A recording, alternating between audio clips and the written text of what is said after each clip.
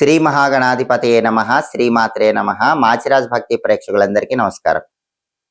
గరుడ పురాణం ఆచారకాండంలో చెప్పబడిన 4 దానాల విశిష్టత ఏంటో ఈ వీడియోలో మనం తెలుసుకుందాం. గరుడ పురాణం ఆచారకాండంలో ప్రధానంగా దానాలను 4 రకాలుగా విభజించారు. ఆ 4 దానాల్లో ఒక్కొక్క దానానికి ఒక్కొక్క ప్రాధాన్యత చెప్పడం జరిగింది.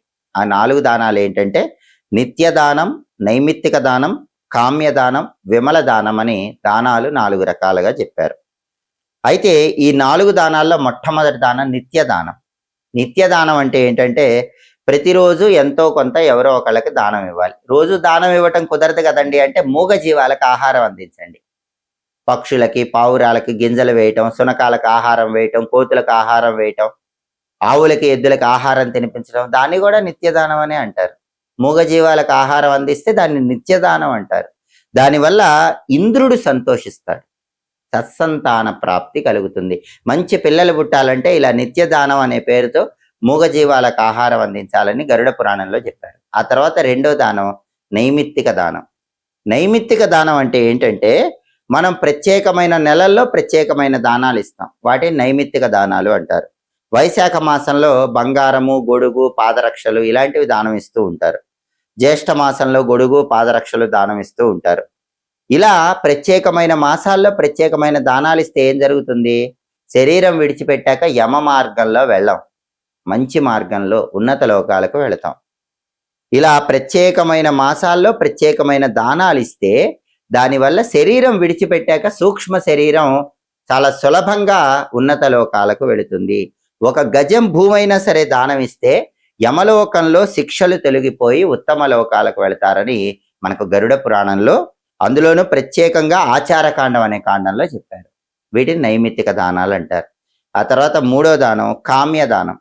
కామ్యదానం అంటే ఏంటంటే ఎప్పుడైనా కష్టాలు మనకు వచ్చినప్పుడు ఆ కష్టాలు తొలగింపజేసుకోవటానికి చేసే దానాన్ని కామ్యదానం అంటారు.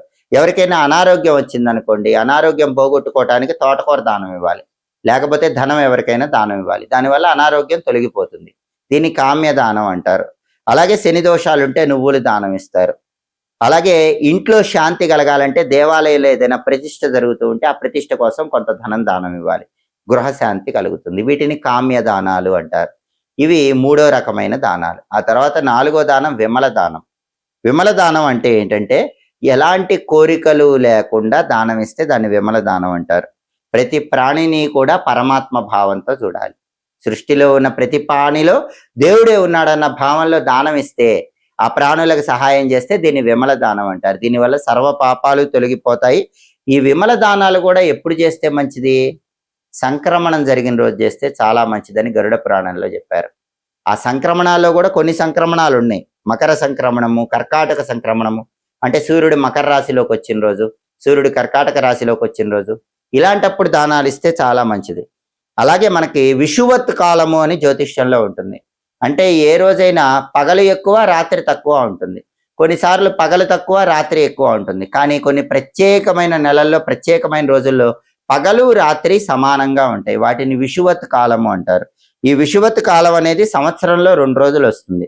సెప్టెంబర్లో, మార్చిలో పగలు రాత్రి సమానంగా ఉండే రోజులు వస్తాయి. వాటిని విషువత్ కాలం అంటారు. ఈ విషువత్ కాలంలో కానీ, సూర్యుడి మకర సంక్రమణం జరిగిన రోజు కానీ, కర్కాటక సంక్రమణం జరిగిన రోజు కానీ విమల దానం ఇస్తే చాలా అద్భుతమైన ఫలితాలు కలుగుతాయని గరుడ పురాణంలో చెప్పారు. విమల దానం అంటే ఎలాంటి కోరికలు లేకుండా ఇచ్చే దానం అని అర్థము.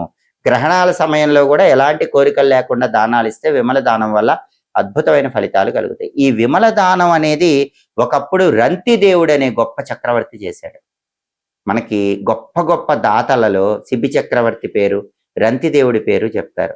రంతిదేవుడికి సంబంధించి ఒక అద్భుతమైన కథ కూడా ఉంది. ఈ రంతిదేవుడు తనకున్నటువంటి సర్వస్వాన్ని దానం చేసి భార్యా పిల్లలతో అరణ్యాల్లోకి వెళ్ళిపోతాడు. 41 రోజుల పాటు ఆయనకి తినటానికి తిండి ఉండదు, తాగటానికి నీళ్లు ఉండవు.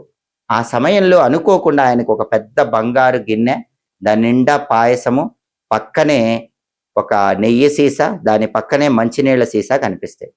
41 రోజుల పాటు ఆకలితో రంతిదేవుడు, ఆయన భార్య, పిల్లలు మాడిపోతే ఆహారం లేక ఆకులు తింటూ జీవించారు.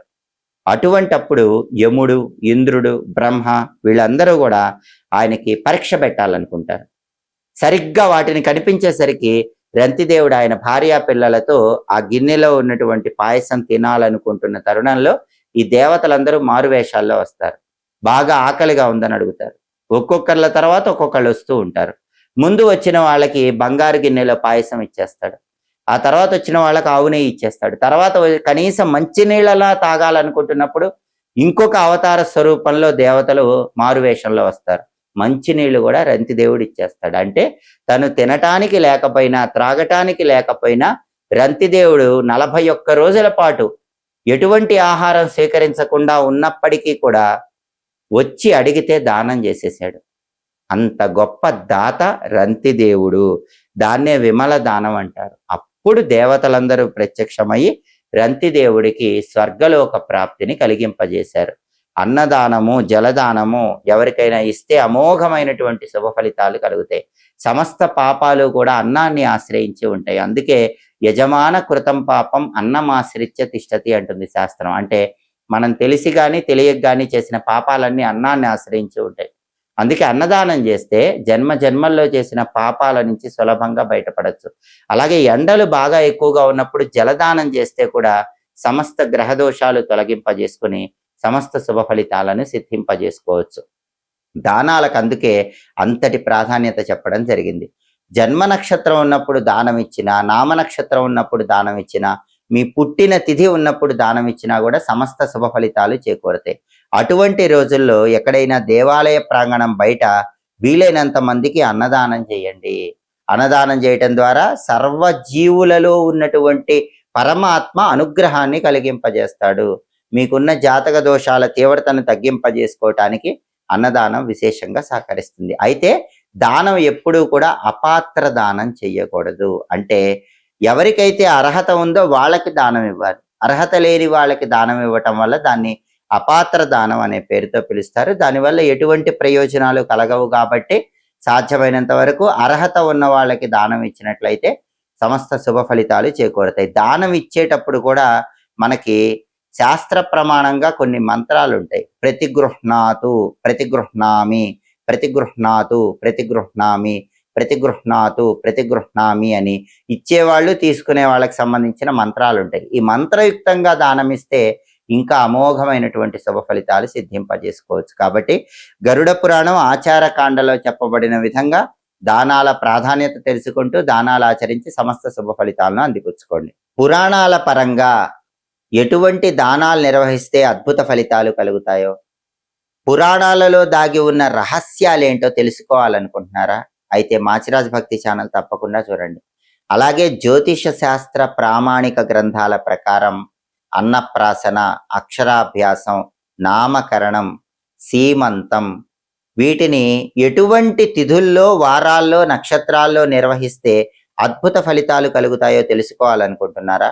కొత్తగా ఎప్పుడు ఉద్యోగంలో చేరాలి, కొత్తగా ఎప్పుడు వ్యాపారాలు ప్రారంభించాలి, ఏ ముఖ్యమైన కార్యక్రమమైనా జ్యోతిష శాస్త్ర ముహూర్త విభాగాన్ని అనుసరించి ఎప్పుడు చేయాలి, ఈ విషయాలన్నీ తెలుసుకోవాలనుకుంటున్నారా? అయితే మాచిరాజ్ భక్తి ఛానల్ తప్పకుండా చూడండి. పండుగల సందర్భంగా ఎలాంటి విధి విధానాలు ఆచరిస్తే సమస్త శుభ ఫలితాలు కలుగుతాయో తెలుసుకోవాలనుకుంటున్నారా? మాచిరాజ్ భక్తి ఛానల్ చూడండి. మన భారతీయ సనాతన సంస్కృతి సంప్రదాయాల్లో పూజల్లో దాగి ఉన్న పరమార్థం, జపాల్లో దాగి ఉన్న పరమార్థం, వీటన్నిటిలో ఉన్న ఆధ్యాత్మిక రహస్యాలు తెలుసుకోవాలనుకుంటున్నారా? అయితే మాచిరాజ్ భక్తి ఛానల్ తప్పకుండా చూడండి. మా వీడియోస్ మీకు నచ్చినట్లయితే మా ఛానల్ లైక్ చేయండి, కామెంట్ చేయండి. మా ఛానల్ వీడియోస్ 10 మంది మిత్రులకు షేర్ చేయండి. మా ఛానల్ సబ్స్క్రైబ్ చేసుకోండి. పక్కనున్న బెల్ సింబల్ నొక్కటం మాత్రం మర్చిపోకండి. సర్వే జనాః సుఖినో భవంతు. స్వస్తి.